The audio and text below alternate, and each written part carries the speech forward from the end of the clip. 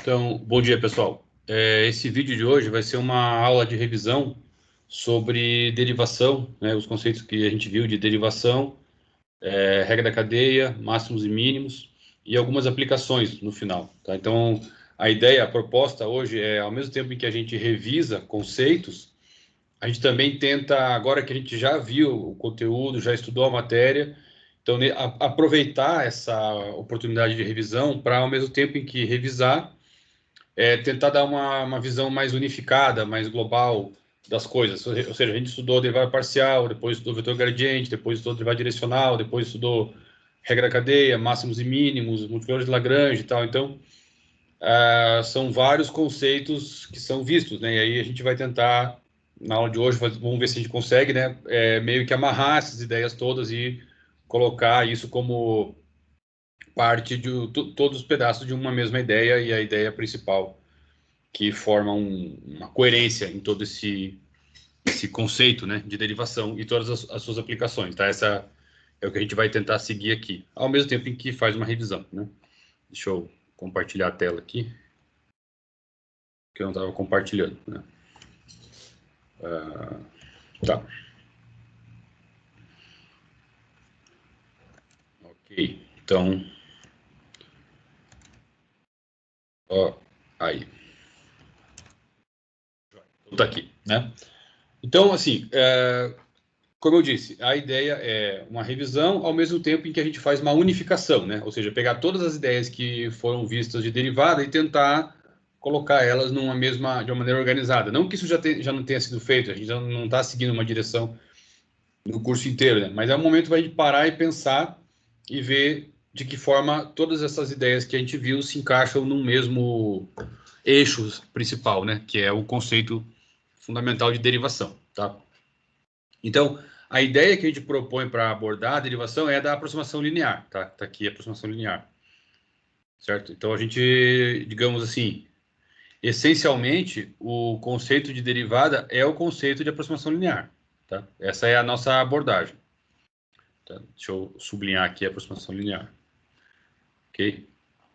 E como que funciona a aproximação linear? Então, vamos fazer uma rápida revisão aqui do cálculo 1, tá? Você pega uma função f qualquer, que não precisa ser linear, né?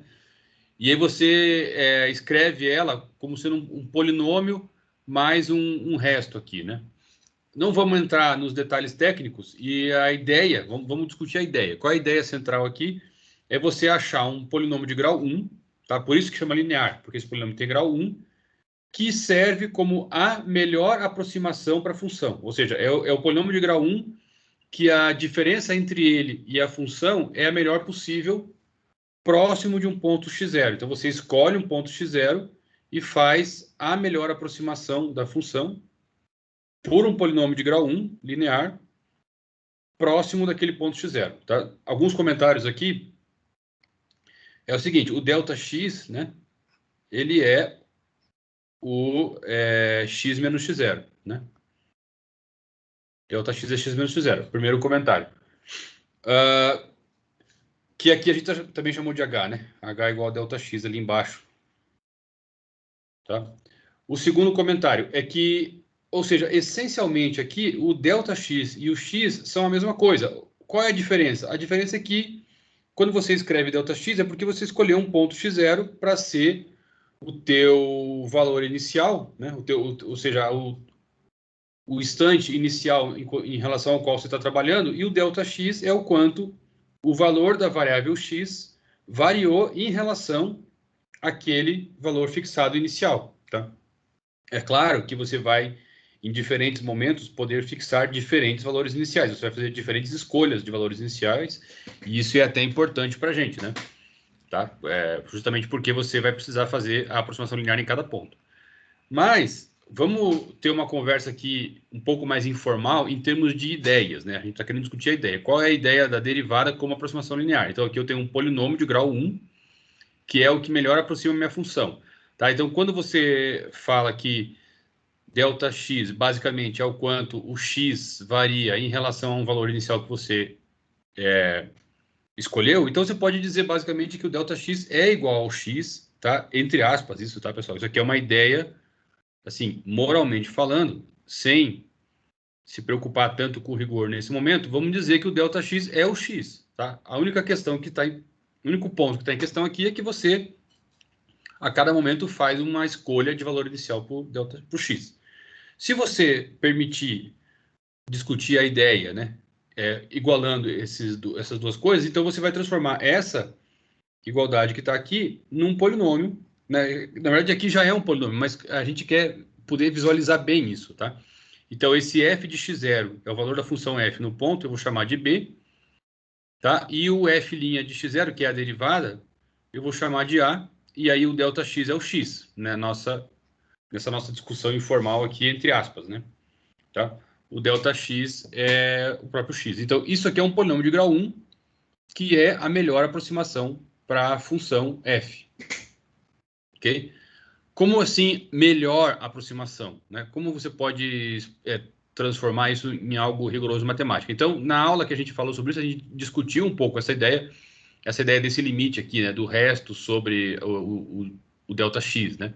O resto do ΔX e ΔX ir para zero, ele traduz de uma maneira rigorosa o conceito de você exibir um polinômio de grau 1, que é a melhor aproximação linear, ou seja, o melhor polinômio de grau 1 que aproxima a tua função f, tá? A melhor aproximação. O que significa isso? Significa que qualquer outro polinômio que você pegar não vai ser uma aproximação tão boa para a função f quanto esse polinômio aqui, tá? Que ele é dado pela derivada. Se não for possível encontrar um polinômio, se não existir um polinômio de grau 1 que sirva como sendo a melhor aproximação para a função f, naquele ponto x0, é porque a função não tem derivada. A derivada não existe naquele ponto. Tá? Sempre, isso são ideias informais que a gente está discutindo aqui para fazer essa revisão, ao mesmo tempo em que a gente tenta fazer uma amarração também, né? Amarração de ideias junto com essa revisão. Então, vamos fazer aqui um desenho, né, no plano XY. Aqui ainda a gente está revisando lá no cálculo 1, só para a gente fixar as ideias, para depois passar para o contexto de várias variáveis. E aí, imagina o gráfico de uma função, né, que não é linear, está aqui uma função f de x, tá? Que tem aí um gráfico, obviamente não linear, porque você vê que essa função oscila, né? Ela tem um crescimento, mas esse crescimento oscila. Tá? Escolhe aí um ponto x0 no gráfico dessa função, pode ser aqui, por exemplo. Tá? Aqui tem um x0. E aí, o que é a aproximação linear? Vai ser uma reta, porque esse é um polinômio de grau 1, né? Então, o gráfico dele é uma reta, que serve como a melhor aproximação para a função f por um polinômio de grau 1, tá? Naquele ponto. Então, o coeficiente desse polinômio, que serve como a melhor aproximação para a função f naquele ponto, é a derivada, tá? Esse coeficiente aqui, a, é a derivada, é o coeficiente do termo linear, ok? Se você escolher um outro ponto, não sei, vamos colocar aqui, por exemplo, tá? Daí vai ser um ponto x0'. É claro que nesse outro ponto, a aproximação vai ser uma outra reta, né? Não é a mesma reta. Por isso que você tem que tomar cuidado que quando você for trabalhar com essa aproximação linear a uma função, você vai ter que fazer isso em cada ponto. Tá? Então, a noção do que significaria o ΔX, né, que é a variação da função em relação ao ponto escolhido, vai mudar dependendo do ponto em que se trabalha, certo? Por isso que é importante essa consideração. Tá? Como que eu posso, em termos de ideia, sem formalizar tanto, dizer o que significa ser a melhor aproximação? Porque, assim, se você pegar aqui uma outra reta, qualquer outra reta, que não seja essa, tá? Essa reta não vai servir como uma aproximação melhor. Qualquer outra reta que você passar aqui, tá? Eu estou passando aqui uma reta fácil de visualizar, mas você poderia imaginar aqui qualquer outra reta. A diferença entre essa outra reta e o gráfico da função original é muito maior do que essa que é a melhor aproximação, tá? Mas pode ser que você pegue uma função em que não exista uma melhor aproximação. Aí essa função não tem derivada, tá? Aqui qualquer outra reta aqui, mesma coisa, tá? Você pode imaginar que qualquer outra reta que você passe por esse ponto, nenhuma delas vai aproximar a função melhor do que essa reta aqui em vermelho, que é a tua aproximação linear, tá? Então, é nesse sentido intuitivo que a derivada é o coeficiente do polinômio linear, né, de grau 1, que fornece a melhor aproximação para a função naquele ponto, tá? Em cada ponto. Deixa eu tirar essas retas aqui. Tá? Então, assim, quando você passa para a aproximação quadrática, é a mesma ideia, tá? Só que você quer a melhor função quadrática que aproxima a função naquele ponto, tá? No caso agora, você vai querer um polinômio de grau 2. Fazendo o mesmo comentário, tá? Do nosso abuso de linguagem aqui, pessoal. Considerando o ΔX como sendo essencialmente a mesma coisa que o x, tá? Isso aqui entre aspas, obviamente, porque é a diferença entre o ΔX e o x é só a escolha de um valor inicial. Então, você pode, moralmente, né? Para você entender as ideias, igualar essas coisas aqui, tá? Isso aqui não é matemática correta, certo? Isso aqui é matemática intuitiva para a gente entender as ideias e quando precisar formalizar, precisar ter os conceitos, a gente vai e faz os conceitos rigorosos necessários, certo? Então, aqui, de novo, entre aspas, você tem um polinômio de grau 2, tá, pessoal? Eu estou colocando entre aspas para a ideia ficar simples. Eu posso tornar isso formal, tá? Eu posso colocar aqui x menos x0, eu também vou ter um polinômio, tá? Eu só não quero carregar a minha discussão, tá? Então, assim, isso aqui é um polinômio, tá? Isso que está aqui é um polinômio. Só que eu quero tornar essas ideias mais claras. Então, aqui eu vou ter o mesmo termo constante, né, entre aspas aqui, o mesmo termo constante b, mais um coeficiente a, que multiplica o x, né? No fundo seria x menos x0, mas a gente está fixando ideias, mais meio do que multiplica x ao quadrado, né? Então, aqui, né, essencialmente, a gente tem um polinômio de grau 2, né, que aproxima aquela função f. Tá? E, de novo, se a derivada segunda existe, esse polinômio de grau 2 é a melhor aproximação da função f em torno desse ponto x0. A melhor aproximação quadrática. É o melhor, desculpa, o melhor polinômio de grau 2 que aproxima a tua função f naquele ponto. A melhor aproximação quadrática. Tá? Então, por exemplo, aqui, né? Nesse ponto x0 ali que a gente escolheu aqui, a melhor aproximação quadrática, eu vou fazer um esboço, né, pessoal? Não é uma discussão totalmente rigorosa, mas ela seria mais ou menos essa função aqui, tá? Então, isso aqui é uma função de grau 2 que te dá a melhor aproximação quadrática da função f nesse ponto x0', tá? Você pode ver que, normalmente, então, isso aqui é uma função de grau 2, né, uma função quadrática, que aproxima uma função que não é nem linear nem quadrática, ela tem várias oscilações aqui, né? E você vê que a aproximação quadrática é melhor que a aproximação linear, tá? Nesse outro ponto aqui, bom, ficaria um pouquinho complicado de achar a aproximação quadrática aqui, porque essa função vai ser... Aqui, esse ponto vai ser um ponto de flexão, tá? Mas eu posso... Digamos que ele seja bem próximo de um ponto de flexão, mas não seja exatamente um ponto de flexão, então, né, nesse caso, a aproximação quadrática ficaria mais ou menos assim. Tá? Se o ponto em que você colocar for exatamente um ponto de flexão, aí nesse caso a aproximação quadrática vai coincidir com a aproximação linear, tá? Porque a derivada segunda vai ser zero, vai sumir o termo quadrático aqui, e aí o que seria a aproximação quadrática, ela coincide com a aproximação linear. Daí o que eu estou propondo aqui é, bom, vamos imaginar que esse ponto está próximo de um ponto de flexão, mas não é exatamente um ponto de flexão, por isso que essa aproximação quadrática ficou assim. Mas você pode ver que ela ainda é melhor do que a aproximação linear, né? A aproximação linear está aqui, né? E a aproximação quadrática está aqui. Então, a aproximação quadrática está mais próxima da função do que a aproximação linear, ok? Então, se existe a derivada segunda, essa aproximação quadrática é o melhor polinômio de grau 2 que aproxima a função. Qualquer outro polinômio de grau 2 que você colocar aqui não vai te dar uma aproximação tão boa, tá? Você pode imaginar, por exemplo, aqui, você pode fazer vários desenhos para você imaginar, né? Mas você poderia pegar, por exemplo, uma parábola mais fechada, assim, por exemplo. Né? Isso aqui ainda seria uma função de grau 2, ainda seria uma aproximação razoável, talvez, da tua função azul, mas não é a melhor, né? Essa função que está em amarelo aqui, ela é a melhor função de grau 2, que aproxima a tua função dada, tá? Então, essa é a noção de derivada segunda.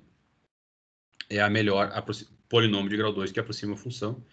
E, de novo, esse conceito de melhor aproximação, ele pode ser tornado rigoroso, e aqui está indicado, né, qual é o conceito que você usaria para tornar precisa essa discussão. Tá? Lembrando que pode ser que não exista derivada de segunda, aí não vai existir melhor aproximação de grau 2.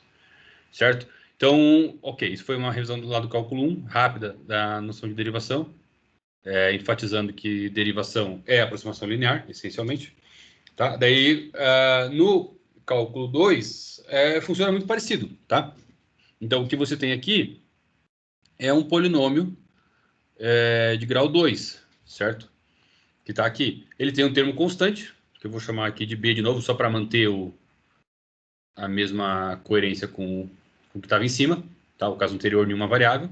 Aí eu tenho um termo de grau 1, que vai ser um A1x, né? De novo, aqui eu estou cometendo o mesmo abuso de notação que a gente fez lá em cima, o mesmo abuso de linguagem, eu estou chamando o ΔX, identificando ele moralmente, tá? Moralmente identificando com o x. Não é uma identificação rigorosa, não é uma identificação rigorosa matemática, é uma identificação moral, tá? Aqui o A2 com y também, tá? Isso entre aspas, e aqui é o ΔY, que eu estou identificando moralmente com o y. Certo? Então aqui eu tenho um polinômio de grau 1, tá? Um polinômio em duas variáveis de grau 1 que aproxima a função f. Então, o melhor polinômio de grau 1 que aproxima a função f é esse aqui, caso ele exista, tá? Se ele não existir, é porque a função não tem derivada, a função não é derivável em duas variáveis, ok? A gente, para simplificar, chamou o ΔX de H, o ΔY de K e ficou com essa equação aqui, tá? Ficou com esse termo aqui. O que eu quero propor para vocês pensarem, já nessa direção que a gente comentou no começo, de tentar unificar os conceitos, né? Ou seja, tentar organizar ao mesmo tempo que unifica e ao mesmo tempo que revisa, né? Essa é a proposta da nossa aula de hoje. Então, vamos olhar esse produto aqui como sendo esse produto de matrizes, ok? Então, você está pegando essa derivada parcial, multiplicando por H, derivada parcial em relação a multiplicando por K, que é o que aparece na tua aproximação linear, né? Essa é a melhor aproximação linear que você pode ter. E você pode apresentar esse termo aqui, que é o termo de grau 1 no polinômio que aproxima a função, por essa expressão matricial que está aqui. E o que você tem aqui, essencialmente, é o vetor gradiente, né? Esse vetor aqui é o vetor gradiente que a gente viu ao longo do curso. Então, o que está acontecendo aqui é que você tem o vetor gradiente de f no ponto x0, y0, está calculado no ponto x0, y0. Isso você tem que fazer sempre em cada ponto, como a gente comentou lá anteriormente, né? Porque quando você muda o ponto, a reta que vai aproximar, o polinômio que vai aproximar é outro polinômio, não é o mesmo polinômio. Então, por isso tem que tomar cuidado em fazer essa aproximação linear em cada ponto, tá? E aqui, no fundo, isso aqui é o produto escalar, né? Com o vetor HK. Ok? Então, aparece aqui o vetor gradiente e aparece aqui um produto escalar, uma coisa que lembra muito a derivada direcional, exceto que na derivada direcional o vetor HK teria que ser unitário, né? E aqui esse vetor, ele não precisa ser unitário, ele é só a variação do x, ok? Mas na aproximação linear aparece o gradiente e aparece uma forma muito parecida com a da derivada direcional, ok?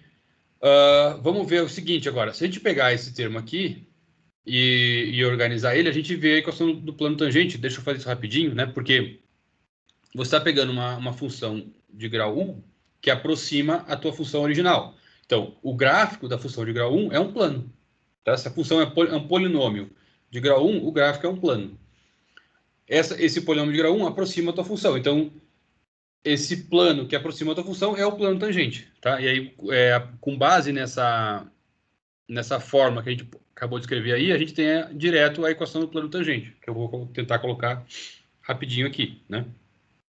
Então, a equação do plano tangente, você coloca z igual a o ponto f de x0, y0, né, que a gente que vai ser um termo constante na equação, mais a derivada de f em relação a x, né, no ponto x0, y0, ou seja, calculada no ponto x0, y0, porque isso você vai fazer para cada ponto, vezes o ΔX, ou h, que é x menos x0, tá? Mais a derivada de f em relação a y, no ponto x0, y0, vezes y menos y0. Essa é exatamente a equação do plano tangente, que vem essencialmente dessa aproximação linear aqui, e o gráfico desse polinômio é um plano, né, que aproxima a função, e é justamente o plano tangente.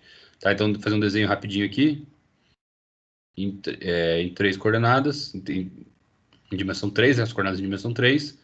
Aqui eu teria o gráfico da função, desenhando rapidinho aqui, né? Aí você escolheu um ponto, tá? Aí nesse ponto, isso aqui é a tua função de duas variáveis, f de x, y. Nesse ponto que você escolheu, você foi e achou um polinômio que melhor aproxima a função naquele ponto, que isso o conceito de derivação, né? O gráfico desse polinômio é um plano, e esse se chama plano tangente. Qualquer outro polinômio que você escolher, que vai ter como gráfico um plano, se você colocar aqui, ele não vai aproximar a função tão bem quanto esse polinômio aproxima. Por isso que a função é diferenciável. Ela admite um polinômio grau 1, que é a melhor aproximação para a função. Okay? Melhor aproximação linear. Então, isso é basicamente o conceito de derivada em duas variáveis. Okay? Continuando a mesma lógica, a gente vai para duas variáveis, ou seja, vamos tentar obter a aproximação quadrática, que é o que vai permitir a gente fazer máximos e mínimos, né?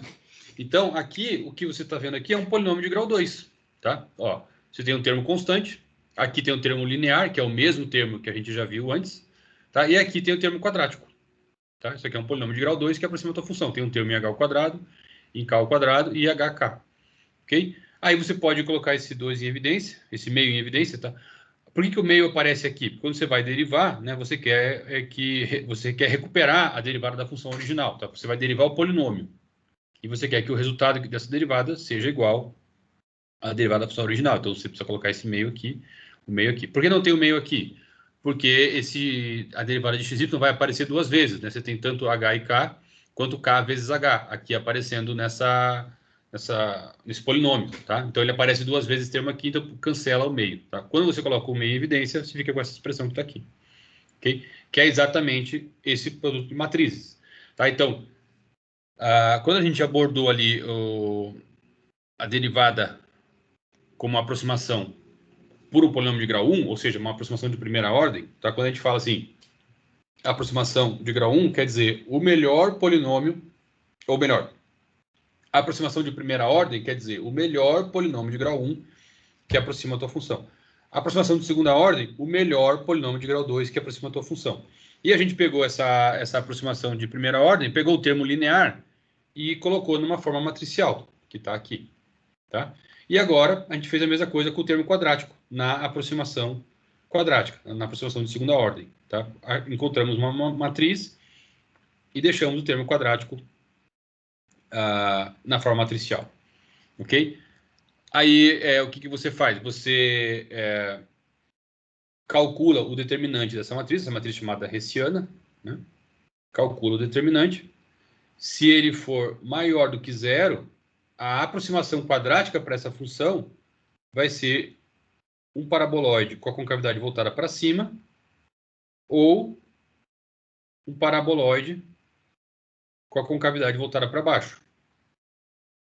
Tá? Isso tudo num ponto x0 do gráfico da função. Isso já foi explicado, eu só queria reforçar esse ponto no espírito dessa revisão. Tá? Então, aqui você está num ponto x0, y0, isso aqui é um pedaço do gráfico da função. A aproximação quadrática para a função nesse ponto, se o determinante for maior que zero, vai ser um paraboloide com a concavidade para cima ou um paraboloide com a concavidade para baixo. Como que você checa isso? Se a derivada segunda do f em relação a x, deixa eu aumentar um pouquinho aqui,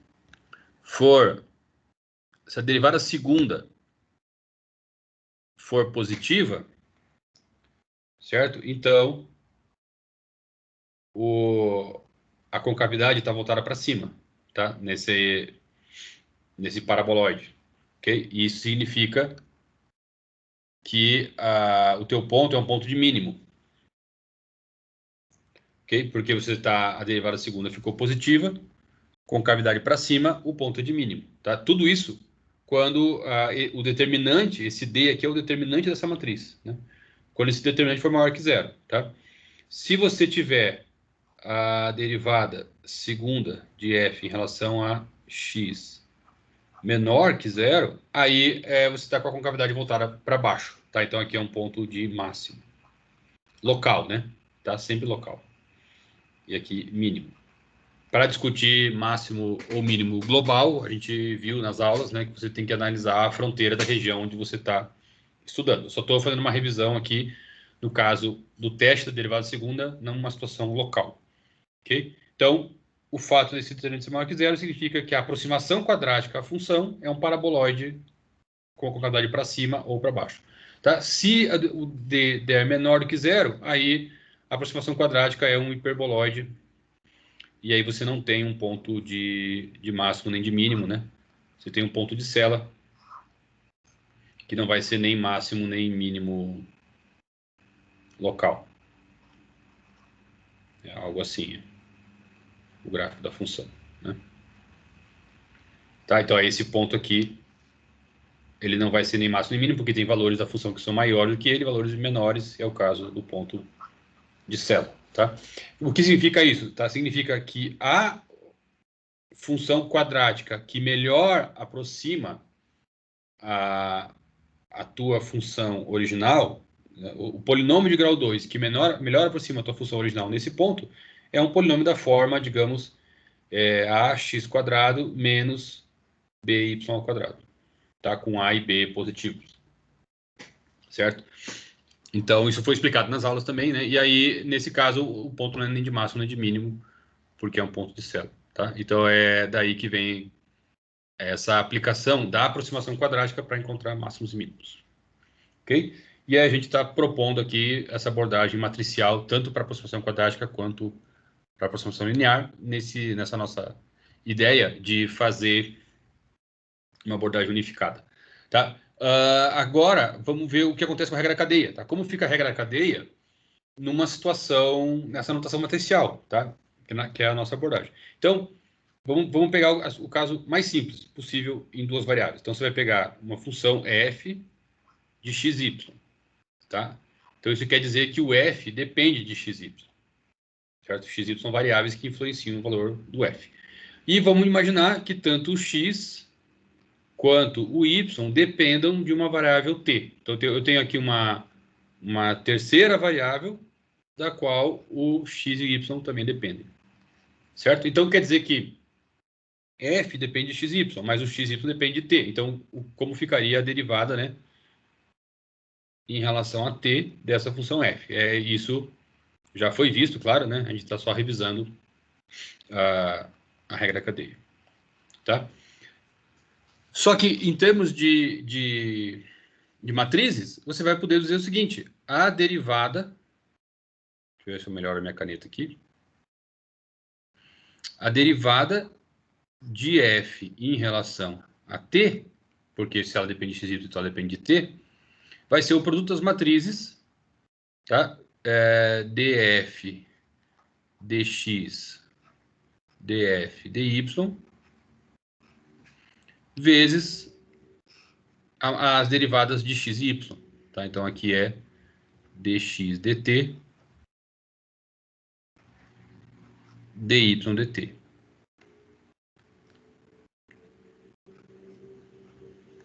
Tá, pessoal? Se vocês desenvolverem esse produto de matrizes aqui, na mesma ideia que a gente fez anteriormente, vocês vão recuperar a fórmula que vocês conhecem para a regra da cadeia, tá? Vai ficar um somatório aqui. Que você também pode reescrever ainda, tá? Isso fica como exercício para vocês, né? Quem está com dúvida, multiplica essa matriz, né? Primeiro com primeiro, segundo com segundo, e vai dar aquela expressãozinha que é exatamente a expressão da regra da cadeia. Que também é a mesma coisa que você fazer aqui o gradiente de f, produto escalar com a derivada em relação a x, desculpa, a derivada de x em relação a t, a derivada de y em relação a t. É uma outra maneira de escrever. Aqui tem um pouquinho de cuidado, que quando a gente usa essa notação linha, né, tem que tomar cuidado para ver em relação a qual variável se está derivando, né? Como aqui no caso o x depende apenas de uma variável e o y apenas de uma variável, então quando a gente coloca o linha, fica implícito que o linha é a derivada em relação a t, tá? Mas isso tem que tomar cuidado em cada contexto para ver se não existe confusão em relação a qual variável se está derivando. Então, essa notação linha tem que ser usada com cuidado, tá? Se o x e o y dependem de duas variáveis, que é o que está acontecendo aqui, ó, eu tenho a mesma função f, mas agora o x e o y dependem de duas variáveis, então o produto matricial fica com esse formato aqui. Tá? Se você desenvolver esse produto matricial de novo, você vai recuperar aquelas fórmulas lá da regra cadeia que foi visto. Tá? Então, mais uma vez, a gente está nesse sentido de tentar dar um tratamento unificado para a derivação usando matrizes. Ok? Então, desenvolve essa fórmula, isso multiplica aqui, né, linha por coluna, soma os termos que tem que somar, etc., e iguala com esse termo aqui, e você vai reobter as formas da regra cadeia que foram vistas. Tá? Então, agora vamos fazer exemplos. Eu só quero... Deixa eu voltar aqui para os meus exemplos. Só colocar dois exemplos aqui para a gente discutir as ideias que estão sendo faladas aqui nessa aula. Eu vou apagar esse tanto a gente aqui, porque eu só queria reforçar, né, pessoal, essa ideia de que quando você tem um polinômio de grau 1, que melhor aproxima a função, o gráfico dele é um plano, e esse plano é exatamente o plano tangente. Qualquer outro plano que você colocar aqui não vai ser uma aproximação melhor do que essa dada pelo plano tangente. Caso não exista essa aproximação, caso não seja possível dar uma aproximação, uma aproximação que seja a melhor para a função, então é porque a derivada não existe. Tá? Nem sempre a derivada existe, né? Deixa eu tirar isso aqui daqui, para a gente poder fazer o nosso exemplo. Tá, então, um primeiro exemplo que eu quero dar aqui do uso da regra da cadeia é a derivação implícita, tá, pessoal? Mas outro exemplo interessante de uso da regra da cadeia, uma aplicação da regra da cadeia, é a própria técnica dos multiplicadores de Lagrange. Tá? Então, os multiplicadores de Lagrange são também uma aplicação da regra da cadeia, tá? Essencialmente falando. Claro que tem um monte de técnicas envolvidas, tem toda uma teoria por trás, mas na essência você vai ver que o que está realmente sustentando a técnica do multiplicador de Lagrange é a regra da cadeia. Tá? Então, nessa nossa proposta de revisão, ao mesmo tempo unificação da teoria, a gente colocou como uma espécie de eixo aí a regra da cadeia e tentamos discutir ela matricialmente como foi visto. Tá? Então, o multiplicador de Lagrange é uma aplicação da regra da cadeia e aqui a gente vai ver outra. A derivação implícita, ela é também uma aplicação interessante da regra da cadeia. Tá? Vamos imaginar o seguinte: eu tenho aqui uma função de duas variáveis, f, x, y, e imagina que você monta uma equação com essa função. Tá? Então, eu pego uma equação, pode ser qualquer equação. Tá? Então, digamos que você, a partir dessa função, cria a equação f de xy igual a k. Certo? Então, agora eu estou relacionando, porque como eu criei uma equação, eu relacionei as variáveis x e y. Agora elas estão relacionadas por essa equação. Então, a princípio, como existe um vínculo entre as variáveis, porque eu coloquei uma equação, então eu deveria ser capaz de derivar uma variável em relação à outra, porque elas estão vinculadas. Ok? E a técnica da derivação implícita, ela é exatamente isso. Tá? Ela é exatamente você, dado uma equação de duas variáveis, ou mais variáveis também, você derivar uma variável em função da outra a partir da equação. Ou seja, derivar implicitamente. Tá? Então, suponha, como que você explica isso usando a regra cadeia? Então, suponha que, por exemplo, o y dependa de x. Tá? Isso nem sempre vai acontecer numa relação, mas vamos imaginar que está acontecendo. Então, você relacionou as duas variáveis e o y depende de x. Okay? Então, essa função f, x, y aqui, ela pode ser vista como uma função assim, onde todo mundo está dependendo de x, né? Porque você tem f de xy, aqui o x ainda é o próprio x e o y é um y que depende de x. Ok? O que acontece, então agora que eu fiz de que o y depende de x, toda essa função f, ela depende só de x. Tá? Então, se eu derivar f em relação a x, como no vínculo que foi criado, a f fica constante nessa região, nesse vínculo que foi criado, então essa derivada aqui tem que dar zero. Tá? Só que, aplicando a regra da cadeia, você sabe que o que a gente acabou de ver ali, matricialmente, né? df de x é igual a df del f del x, ou seja, a derivada parcial do f em relação a x, derivada parcial do f em relação a y, produto matricial aqui, né, com a derivada do x em relação a x, que vai ser 1, e aqui a derivada do y em relação a x, que vai ser o y', que é o que a gente queria calcular, certo? Então, porque supondo que você está dando a função implicitamente por aquela equação, tá? Se você está dando a função implicitamente por essa equação, que no caso aqui a equação vai ficar xy² mais 2x menos y igual a k. Então, se você está dando a função implicitamente para essa relação, então você pode querer calcular o y', qual o valor de y'. Certo? Fazendo esse produto, isso aqui vai dar zero, né? Porque a gente sabe que esse termo aqui é zero. df de x é zero, foi calculado aqui. Então, isso aqui é zero. Ou seja, eu vou concluir que del f del x mais del f del y vezes y' é zero. Então, eu concluo que o y' é igual a menos del f del x sobre del f del y. Tá? Por que eu dei esse exemplo? Porque é um exemplo que mostra uma aplicação da regra da cadeia. Tá? A regra da cadeia permite que você realize a derivação implícita. Tá? Se essa derivada do f em relação a y aqui for nula, é porque não é possível deixar o y em função de x. Tá? Então não é sempre. Por isso que a gente supôs, né? Supôs que fosse possível deixar y em relação a x. Mas isso não é sempre que é possível. E quando não for possível, essa derivada aqui embaixo vai dar zero. Aí você não tem como derivar implicitamente a função. Ok? O objetivo de eu ter dado esse exemplo para ilustrar a regra cadeia. Um outro exercício que você pode fazer usando a regra cadeia é esse aqui embaixo. Tá? Então, aqui no caso, ele deu uma função, ele deu z em função de θ e de φ. Né? Então, deixa eu separar aqui. Né? O z está dado em função de θ e φ.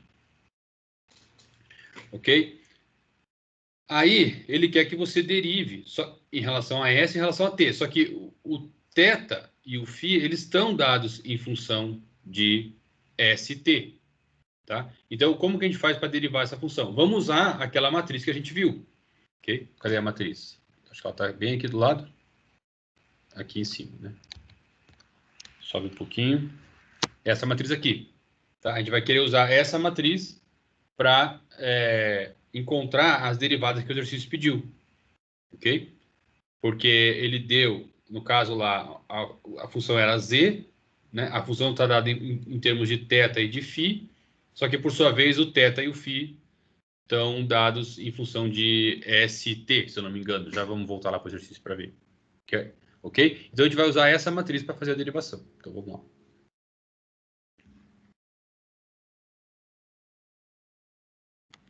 Certo? Então vamos construir aquelas matrizes ali. Então eu vou fazer dz, del z, del θ, del z, del φ, multiplicado por del θ, del s, del θ, del t, del φ, del s, del φ, del t. Tá? Cada coluna dessa matriz aqui, porque dessas funções, dessas variáveis φ e θ, que estão em duas variáveis, as colunas sempre são derivadas em relação à mesma variável aqui, tá? Então, você vai derivar a primeira função em relação a S e depois a segunda função em relação a S de novo, tá? A coluna da matriz sempre é a mesma variável aqui embaixo que está derivando, né? E aí depois a segunda coluna, a mesma variável embaixo derivando, tá?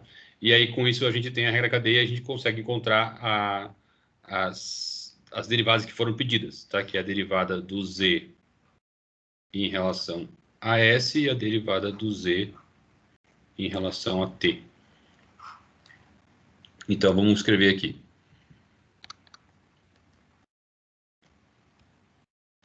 Então, como vai ficar a derivada do Z em relação a θ? Então, aqui vai ficar cosseno θ, cosseno φ. Depois, a derivada do Z em relação a φ vai ficar menos seno θ, seno φ. Meu S mudou ali, né, pessoal? Vamos tentar manter o mesmo S aqui, pelo menos. Então, aqui, seno θ, seno φ. Tá? Isso é a derivada de Z em relação a θ, a derivada de Z em relação a φ. Agora, vamos derivar o θ e o φ. Então, a derivada do θ em relação a S vai ficar t ao quadrado. Tá? A derivada do φ em relação a S vai ficar 2st. Tá? A derivada do θ em relação a t é 2st também. Né? Certo? Θ em relação a t. E a derivada do φ em relação a t vai ficar S ao quadrado. S ao quadrado. Ok? Agora é só multiplicar as matrizes. Então, vamos colocar aqui embaixo.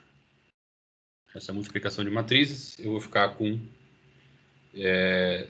t ao quadrado, cosseno θ, cosseno φ. Eu vou abreviar o seno e cosseno para não ficar muito longa a expressão. Então, o C é o cosseno e o S é o seno. Tá? Então, aqui vai ficar isso menos 2 seno θ. Não, 2st, né? 2... Só um pouquinho. 2st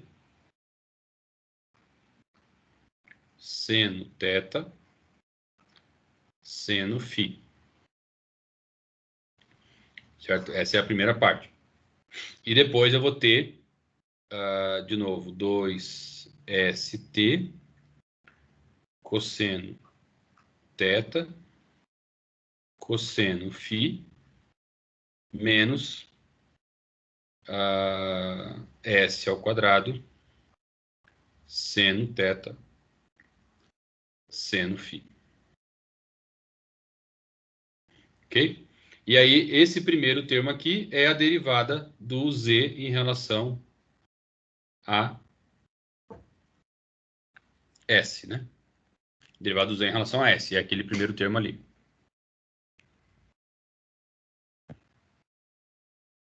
Ok? Então, esse termo aqui é a derivada do Z em relação a S.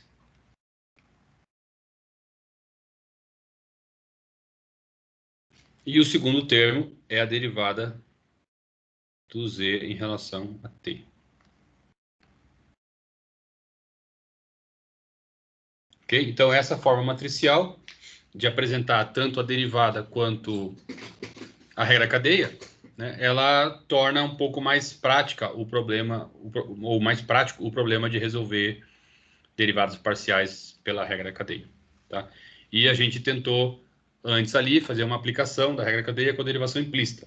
Tá? Então, essa era a ideia da aula de hoje, era revisar esses conceitos, né? Mostrar como o próprio conceito de derivada ele surge da aproximação linear, né? A aproximação linear te dá tanto o plano tangente quanto o vetor gradiente, que permite você colocar uma notação matricial e depois apresentar a regra da cadeia na mesma notação matricial e fazer aplicações. Tá? A derivação implícita é uma aplicação e multiplicador de Lagrange, que vocês já viram em outras aulas, também é uma aplicação. Tá? Essa era a ideia para hoje, pessoal. Até mais. Obrigado aí, pessoal. Até mais.